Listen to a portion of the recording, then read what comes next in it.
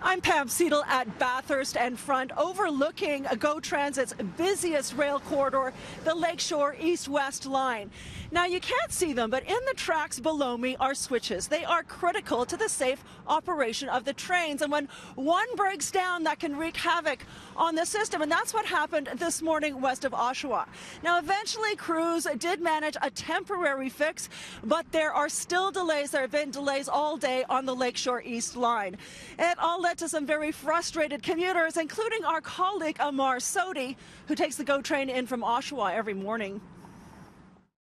Pam, it was one of the worst commutes I've had in a long time. Got to the GO station at Oshawa at 7:30. Should be getting on the train at 7:33. We're standing outside on the platform for an hour waiting for any train to roll in. It finally rolled in around 8:30, and that train, instead of being express, was all stops. For a commute that should take an hour, took 3 hours this morning, so it was an absolute nightmare to get into work this morning.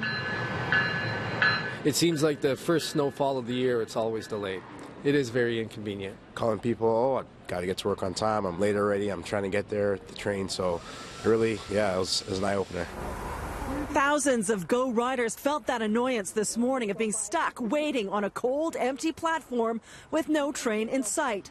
There were a couple of issues this morning. The first was that a trespasser was spotted near the tracks, which forced crews to shut down the Lakeshore East line for 40 minutes just as rush hour was starting. Then a switch broke between Whitby and Oshawa, which made matters much, much worse. It is what allows them to go from one track to another track. And if those aren't operating safely, they can't. They just can't run the trains. It's just not safe. That's how you end up with derailments and so forth. An investigation is underway to determine if the break was weather-related. It may be just a coincidence that this happened during the first snowstorm of the season, but GO riders hope that this morning's broken switch is not a bad sign about the winter to come. They can be affected by the weather, and we have built in new systems that actually they're hot air blowers to keep the ice from forming into the switches. They don't freeze like people think they do. Things get stuck in them, and it's usually ice pellets and so forth. Anne-Marie Aikens tells me there are hundreds of switches throughout the system, and they do their best to keep them maintained and replace them when necessary. They're managed through their central control room, and they also have a manual function, but in this case that didn't work, so the line had to be shut down. She also says they were well prepared for this storm, with crews out all night clearing the tracks and platforms.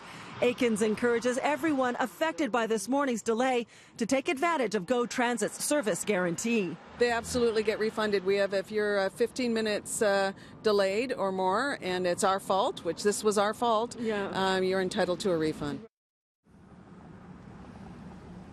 So, as I mentioned, crews did manage a temporary fix this morning, but commuters can expect relatively minor delays for the remainder of the day. Once service ends tonight, crews will get out there and fix the switch properly, so everything should be running smoothly tomorrow morning.